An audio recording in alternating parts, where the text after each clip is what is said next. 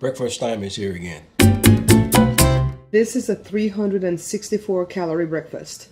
One 12 grain, one slice of 12 grain bread, one egg, one strip of bacon, and 1 cup of orange juice. What are you having, Boo? How much egg? One. One egg, one bacon too? And a cup of what? Tea or coffee? Coffee. So your breakfast is way less than mine because the OJ has No more sugars calories. in it. No, but the orange juice has calories, so your breakfast is smaller than mine. But I can afford this. I'm not eating all my calories.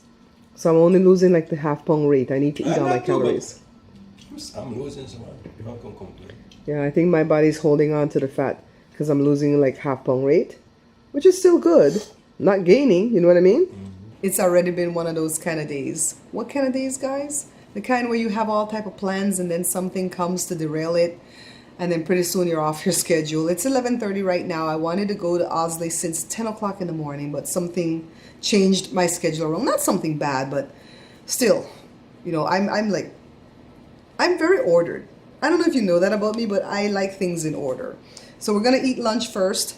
We're gonna go to Owsley at 1 o'clock because if we go now, they're feeding him lunch, so that won't be fun. And we're not going to go 2 o'clock because Owsley can't stand when we put him in that line of the dancers. You know, 2 o'clock, I don't know if it's every day or just on Fridays, but they put all the patients in their wheelchairs on their walkers and stuff, and they march them through the building playing loud music, and Owsley hates it. So we're not going to do that to him because he's like, put me in my room, put my room. So I was looking up hurricanes because y'all know I told you that I went through Hurricane Greta when I was in Belize. I always thought it was 1980. But when I talked with my cousin Susie today, she's like, no, cuz it was 78. I remember it was 78. So we looked it up and she was right. It was 78. And I remember the most thing that I remembered about Greta, besides the wind and the rain and everything and the howling, was the food that we had prepared, and that Susie and her sister came with her mom. Her mom was my uncle's ex-wife. And Susie's mom and I stayed up all night. We ate powder buns. So that's all. We were so nervous that we just stayed there and kind of munched on powder buns. So I couldn't remember what the category was for Greta, and I'm looking it up and it's not saying. So I went to the Saffir-Simpson Hurricane Wind Scale to see.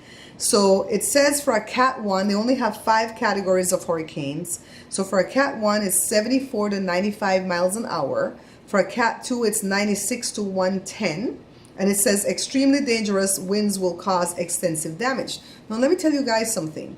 Every year from October to February in this neck of the woods where I live, we get the Santa Ana winds, and they will have these kind of strength. They will have winds up to 100 miles, 70 to 102. And some of them are gusts, but some of them are sustained from time to time. So when we first moved into this house in 1996, the winds blew that October because we moved in here September. And my insurance agent called me and says, do I owe you some money? I'm like, why? And he goes, didn't you have damage to your house? We had winds. You just bought the house. And I told him about the garage door. I don't even think I would have called him because I didn't know what the insurance covered. Well, they gave me enough money that I was able to buy a Wayne Dalton hurricane enforced garage door, and it can withstand winds up to 127 miles an hour. So I'm grateful for that. So a Cat 3 is 111 to 129. A Cat 4 is 130 to 156. Greta was 130 for the wind, so she was a Cat 4. And then a Cat 5 is 157 or higher, and there's no Cat 6. Don't let nobody fool you, okay? Because a lot of people have been putting that stuff out there on Facebook saying, oh, they're going to change the category, you know, of the hurricanes and yada, yada, yada. And so it's not true. Let me see if I can look up really quickly where all Greta affected. I know Belize was in it for sure. Let's see the other countries because it was in Central America. Let's see. Greta. It has a middle name. It says Greta Olivia. Is that something? Hurricane Greta. Hurricane Greta. Let's see. There was another one in 56. I thought they retired the names when it was done. It says Hurricane Greta Olivia. I don't know what that Olivia means. Was one of 10 named Atlantic hurricanes to cross over Central America into the Eastern Pacific while remaining a tropical cyclone. The date was September 13, 78 to September 23rd, 78. and it had 5 direct fatalities. Affected areas: Venezuela, Mexico, Colombia, Belize, Guatemala, Nicaragua, Honduras. It just says Central America. So, you know, Belize used to be called British Honduras, right? And so when we were growing up, we would differentiate the Hondurases by saying British Honduras or Spanish Honduras. I always remember we said Spanish Honduras. No, we don't say that anymore because Belize is Belize. But that was Hurricane Greta, and that's they had another Hurricane Greta in 1956. I guess that one went to Jamaica. Well, now they retire the names. As long as a hurricane came and did a lot of damage, they will retire the names, okay? And they should. They should, because they shouldn't have no 2 Gretas, okay? So I think there was another one in 1980, Hurricane Allen. And I always hear in Jamaican songs, they always sing about the storm Allen. No, when the storm will come, the storm will name Allen. And that's how I know there was an Allen, okay? So the other hurricane that Mama used to talk about all the time was Hurricane Hattie in 1961.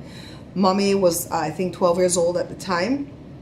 Uncle Roger was pretty young because he was born 60, so he was like a year old.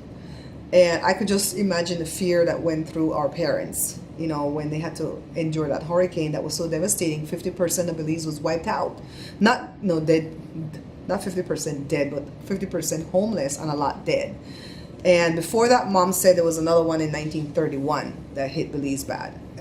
In between, there have been hurricanes that have side-skirted, you know, the eye didn't go there, you know, and all that stuff. But you guys, I am so praying for you. I have a lot of viewers and subscribers that are in Florida. I have my own brother, my blood brother, that's in Florida. I think he's ready, but today when we called to check on him, I think he turned his phone off. I guess he's tired of all us nervous nillies calling to check on him. So I do hope we can hear from him afterwards. I'm going to keep the prayers going. I've been praying since 6 this morning unceasingly. Every hour I go in the room and get on my knees and I pray. You don't have to get on your knees to pray. Please hear me when I say that. If you have, you know, physical disabilities, don't do that. Don't hurt yourself. I get on my knees because I can, and because when I go in my room at this one spot, you know, by my bed, I think that's my little prayer closet, and I can push the door, darken the room, and I can have laser focus onto what I need from God. You know, you're not going to have a better person in your life than me that can bombard heaven with your issues, because I'm always praying over my own issues, but to get distracted from my own issues, I will bombard heaven on your behalf, okay? We're praying for Sandra. She's in Georgia, and Georgia's going to get hit by this hurricane too. Not as bad as Florida, but they're going to get hit. And Georgia, we still haven't heard from Sandra's 2 stepdaughters that are in the British Virgin Islands. We're praying for Helen, who is in North Carolina. We're praying for everybody in Florida. And we're praying for all the people in the Caribbean. Please let us not forget the people in the Caribbean. Barbuda is 90% destroyed, and Jose is heading straight for there again, guys. It's not over. It's like getting hit by a car, and you're still alive, but you're badly injured, and then you get hit by another car. That's Joe yawning. I don't know why he always has to yawn so loudly. So we're going to keep the prayers going, okay? Meanwhile, let me go get some lunch so we can run over to Osley today. We haven't seen him since last week. I have to call Jess and check up on Ron. We really do have to go over there and visit Ron. Look how beautiful the grass is over here where Osley is. They water the sucker. So we had to park way in the back parking lot because it's busy today over here. I guess everybody's visiting their loved ones. The tree have shit. Yeah, the tree have it. See, the last day that will happen. Ozzy We said, have earthquake in diverse places and all them kind of things. Ozzy's telling us about signs of the times because of everything that's happening with the hurricanes and the earthquake. And then the fires, don't forget there's fires all over the place too, Osley. As we as Christians can't worry about what's going on. We don't expect from what we read in the Bible that is what's going on. All we have to do is live closer to Christ so that when He comes, we're ready to go. Yeah. You're right. That's what we have to do. You're right. We're only here for a little while. We gotta go hard. That's why I tell them, like my daughter was telling me that when they came into the hospital, and the doctor said, I have what they need. They asked me what they must do. I tell them, go right ahead, operate. What happen. If I die, I die. If I live, I live. And they were surprised that I telling them that. I said, what do you mean? I said, ready to go. Well, if they don't operate on me, I'm dead anyhow. Exactly. There was no plan B. Exactly, that would happen. You remember my friend when I told her she was afraid to have the heart surgery, and you tell her don't be afraid? Yeah. She had the surgery and she's doing good. You see? Your Claudia go and Claudia do hers. I sit down and the doctor tell me all the dangers. Uh-huh. It might be a possibility she might never walk. Mm-hmm. The possibility she might never talk. Mm-hmm. You understand? But we have to run the risk. I said, Doc, if you know your heart and you show me, he said, she's bleeding already. If I don't go in and stop that bleeding, then she's going to bleed to death. Mm-hmm. So I tell you, go right ahead. I sign the paper right away. He signed. Why? Mm-hmm. She go in with prayer and all that kind of thing. She go for the operation, come out, she did not get in trouble. Same thing like you. Get a surgery, you get better, and you to get trouble. No, I don't get in trouble. I tell her my friend Ron is not in this place no more, right? No, you're not over there neither? No, the granddaughter take him home to his own house. She's taking care of him at home. A lot of people do that, man. Uh-huh. I see one woman tell me that they now waste the money with it. Yeah, it's a lot of money to stay in this place. So it's to save the money, people take them and carry them home in the house. Mm-hmm. There was another friend of mine, he just go to the Adventist church too. Where does go? He used to be right near the North Station. Mm-hmm. Right there. Tell me he want to make 2 babies. And them. Hey, what happened to Paul? Paul gone? Paul gone. I don't see Paul from last week when I go see you. Paul Paul right there, gone? you know, must be about 2 weeks or more. Uh-huh. Paul He's gone? gone. Paul is like when you know with 2 ladies, he just come into them places and minister. Mm. But then if he start to misbehave, they're going to throw him out. Some kind of supervisor she hired. She said, she telling me, come right in the room there and talk to the guy in the corner right by the door there and tell him, stop give trouble, giving them too much trouble. They will throw you out. If you don't stop getting in trouble, they will throw you out. He said, oh no, you're not getting in trouble. And then the woman tell him, yes. And it's true, they're going to give him a lot of trouble. They can't do anything and say what they want, blah, blah, blah, blah, blah. Costing us out and all that. I said, the woman tell him, stop the troubling of people. Now they man look up with them up, you know what about. But them know how to get your own. They just went to a doctor or something to do. Over there, we have to do a operation the same. Let's go, boo.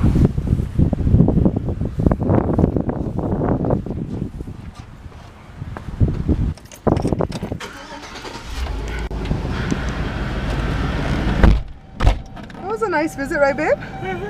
He was well within his good senses, teaching us from the Bible about the signs of the time. After we got back from visiting Osley, I spent the entire afternoon trying to figure out how to get into my personal Facebook. About 3 weeks ago, Facebook had me change the password and I forgot to write it down, and I totally forgot what password I used. So the only way I could log into that Facebook is through my phone because it was saved in there, but I knew eventually it would go away and I would not be able to get into that Facebook. So I tried hard. The reason that I wanted to get in there is because I wanted to keep tabs on my brother that lives in Florida, because apparently that's how he is chosen to post updates on what's going on during the hurricane. So eventually Jada called from school at the end of her day. This is 3 hours in, mind you, and she told me what the password was. They know me. They know more or less what I would do to make up a password. Thank God my kids know me. So then I cooked dinner. We skipped out on the gym because I was too hungry to deal with going to the gym. And I texted my brother when I saw that the storm shifted west in Florida, so it's now gonna hit Fort Myers pretty hard, and he's in Lehigh Acres, so I had to go Google how far apart those cities were, and they're like a half hour apart, and they're saying that storm swells up to 6 feet. He doesn't have a house on stilts or a 2-story house. He has like a house like this, flat on the ground. So I texted him to ask him if he was seeing that, and then he said yeah, he saw that.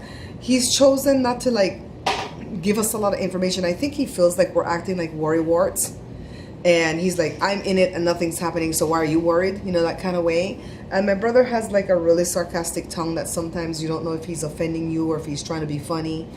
And he's naturally funny, so sometimes you know when he's being funny, But it's kind of hard. I mean, I texted him, I called him this morning and it went straight to voicemail. So I texted him and he didn't answer. My sister did the same and she didn't answer. And then we saw him on Facebook. So my sister was like, hey, answer your phone. And he's all like, why? You don't burn up my battery, yada, yada. So all I can do is pray. When I lose power over a situation like that, all I can do is pray, because there's nothing else I can do to help my brother. I just pray that if they had mandatory evacuations, that he listened. Maybe they didn't have mandatory evacuations. He definitely boarded up his house. He showed, I don't know if it's a door or a window, where he had a door hinge as a peephole. He has a zip tie to close it shut or something, but I guess that's what he's going to peek through to see what's going on outside. I pray to God for him and his safety. I pray for all of your safety. I've seen the decimation throughout the Caribbean, and my God, it's getting depressing, you know? So as I was cleaning up the kitchen just now, as if things couldn't get worse, Jada comes down the hallway just so overwhelmed. And I asked what happened. She goes, Mom. And I said, what? And she said, my friend Alex's mom died. That thing hit me in my gut. I was cleaning the stove and I just started to cry, because I never met the lady, but I've been praying for that lady for a while now. I think since 2015, since mom's cancer came back the second time around. She has been battling cervical cancer.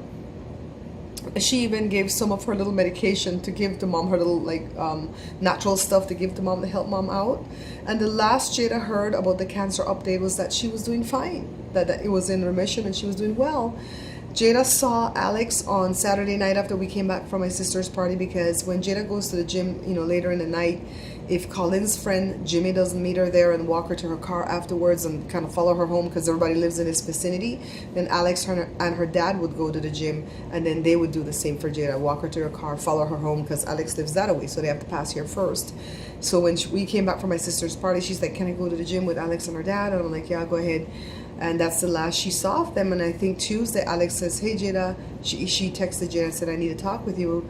And then Jada was kind of tied up in school or whatever was going on.